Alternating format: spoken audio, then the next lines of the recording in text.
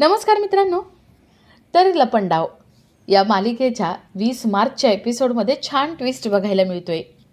आणि ट्विस्ट असा असणार आहे की सखी कान्हासाठी नाश्ता बनवत असते आणि सरकार तिथे येते. सखी म्हणते, सरकार, उद्या तुमचा वाढदिवस आहे. तुम्ही मला तुमची मुलगी मानत नाही, पण अजूनही मी तुला आईच मानते. सरकार तोंड वाकडं करते, पण सखीच्या सह्या हव्यात म्हणून ती तिच्याशी गोड बोलत असते. तर इथे कान्हा डॉक्टर बनून रेकॉर्ड रूममध्ये जातो. तो हॉस्पिटलमधल्या रेकॉर्ड रूममध्ये सगळ्या फाईल्स चेक करतो आणि त्याला एकदम धक्कादायक बातमी कळते. त्याला समजतं की सरकारला एक जुळी बहीण आहे. कान्हा मनात म्हणतो, म्हणजे सरकारला फक्त बहीण नाही तर जुळी बहीण आहे. एकीचं नाव तेजस्विनी आणि एकीचं नाव मनस्विनी. पण हे सगळं कसं काय? कान्हाला खूप प्रश्न पडलेले असतात. कान्हा तिथून घरी येतो. कान्हा सरकारला भेटतो आणि सरकारला म्हणतो, सरकार, अहो उद्या तुमचा वाढदिवस आहे. तुमच्या माहेरचं कोणी येणार असेल ना, म्हणजे आई, बाबा, भाऊ, बहीण. सरकार खूप चिडते. तर रात्री कान्हा झोपलेला असतो आणि त्याचे वडील जे गेले ते त्याला स्वप्न पडतं. कान्हा खूप घाबरतो आणि दचकून उठतो. सखी तिथेच उभी असते. सखी विचारते, कान्हा, अरे इतका का घाबरलायस? कान्हा सखीला मिठी मारतो आणि रडायला लागतो. सखीला कान्हाची खूप काळजी वाटते. आता कान्हाला एक एक कोडी उलगडायला लागली आहेत. पण सरकार, मनस्विनी यांचं सत्य कसं समोर येतंय ते बघण्यासारखं असेल. तर या सगळ्याची सुरुवात कशी होते ते थोडक्यात पाहू. तर मालिकेत आपल्याला असं बघायला मिळतंय की सरकारने राजलक्ष्मी किर्लोस्करला हरवलं म्हणून ती आपल्या केबिनमध्ये मस्त दारू पीत बसलेली असते. ती सेलिब्रेट करत असते. कान्हा तिथे येतो. कान्हा सरकारला असं दारूच्या नशेत पडलेलं बघतो. कान्हाला वाटतं की हाच चान्स आहे. आपण सरकारकडून आपलं काम करून घेतलं पाहिजे. तिच्याकडून बर्थ सर्टिफिकेट काढून घेतलं पाहिजे. कान्हा सरकारला मस्कीमारी करतो. कान्हा म्हणतो, सरकार, अहो आज बघितलं ना तुमचा ऑरा, कसला कमाल आहे. अहो तुम्ही त्या राजलक्ष्मी किर्लोस्करला हरवलं. कमाल कमाल कमाल, मस्त. पण सरकार, मला आहे ना हे पेपरवर्क आजच पूर्ण करून घ्यायचे. अहो देसाई विला तुम्ही तुमच्या नावावरती करून घ्यायचं आहे ना. तुम्ही तो देसाई विला जिंकलात, पण तो आता तुमच्या नावावर झाला पाहिजे आणि त्यासाठी डॉक्युमेंट्स लागणार आहेत. सरकार, तेवढे डॉक्युमेंट्स द्या. आज काही झालं ना तरी काम झालंच पाहिजे. सरकार म्हणते, ती राजलक्ष्मी किर्लोस्कर हरली आहे आणि तिला मी हरवले. आज सेलिब्रेशन तो बनत आहे. आज काही डॉक्युमेंट वगैरे मिळणार नाही. आज फक्त दारू प्यायची, सेलिब्रेट करायचं.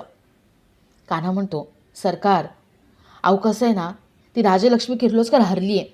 तोंडावर पडली आहे ती. आता ती चिडली असेल. ती काहीही करून सगळी प्रॉपर्टी आपल्या नावावरती करून घेईल. म्हणून सांगतोय, आजच्या आज हे काम झालंच पाहिजे. प्लीज सरकार, हा विला मी तुमच्या नावावरती करून टाकतो. मला डॉक्युमेंट द्या ना. सरकार शेखरला बोलवून घेते आणि कान्हा जे डॉक्युमेंट्स मागतोय ते डॉक्युमेंट्स द्यायला लावते. आणि त्या डॉक्युमेंटमध्ये सरकारचं बर्थ सर्टिफिकेटसुद्धा असतं. कान्हा त्याच्यावरच्या हॉस्पिटलचं नाव वाचतो आणि तो ठरवतो की आता या हॉस्पिटलला जायचं आणि तिथे सगळी चौकशी करायची. कान्हा तिथून निघतो. तो ऑफिसच्या पार्किंगमध्ये येतो आणि तेवढ्यात तिथे सखी येते. सखी कान्हाला रिसीव्ह करायला आलेली असते, घ्यायला आलेली असते. सखी म्हणते, चल कान्हा, आता मी ड्रायव्हर बनणार आणि तुला घरी घेऊन जाणार. कान्हा म्हणतो, सखी मॅडम, अहो माझं खूप महत्त्वाचं काम आहे आणि त्यासाठी मला जायचं आहे. कान्हा बाईकवर बसतो आणि तिथून निघून जातो. तर थोड्या वेळाने कान्हा हॉस्पिटलमध्ये येतो आणि इन्क्वायरी काउंटरवरती एक छोटीशी इन्फॉर्मेशन पाहिजे हे सांगतो. पण रिसेप्शनिस्ट त्याला काही सांगायला तयार नसते. कान्हा तिथून बाहेर पडतो. कान्हा विचार करतो की आता काय करू, इन्फॉर्मेशन कशी काय मिळवू मी. तेवढ्यात त्याला समोर डॉक्टर दिसतात. डॉक्टर एप्रन आणि आपलं स्टेटस्कोप काढून ठेवतात. कान्हाला आयडिया सुचते की आता हेच सगळं आपण घालायचं आणि डॉक्टर बनून आतमध्ये जायचं, सगळी माहिती मिळवायची. कान्हा सगळी माहिती मिळवायला आतमध्ये जातो. तर इथे सरकार दारूच्या नशेत आउट हाऊसला येते. ती तेजस्विनीला भेटते. सरकार म्हणते, बघतेस ना, हे सगळं माझं झाले. अगं आपला बाप, मला बोलायचं ना, वाया गेलेली मुलगी आहे. आता वरून बघत असेल आणि त्याला कळत असेल की जे तेजस्विनीचं होतं ते सगळं मी माझ्याकडे वळवून घेतलं. आता या सगळ्या प्रॉपर्टीची मालकीन मी आहे, फक्त मी. सखीची आई म्हणते, तुला फक्त पैसाच हवा होता तर मागायचा होता ना. मी आणि माझ्या नवऱ्याने हसत हसत तुला सगळं देऊन टाकलं असतं. पण आमच्या आयुष्याची वाट का लावलीस गं? आमचं आयुष्य का बरबाद केलं?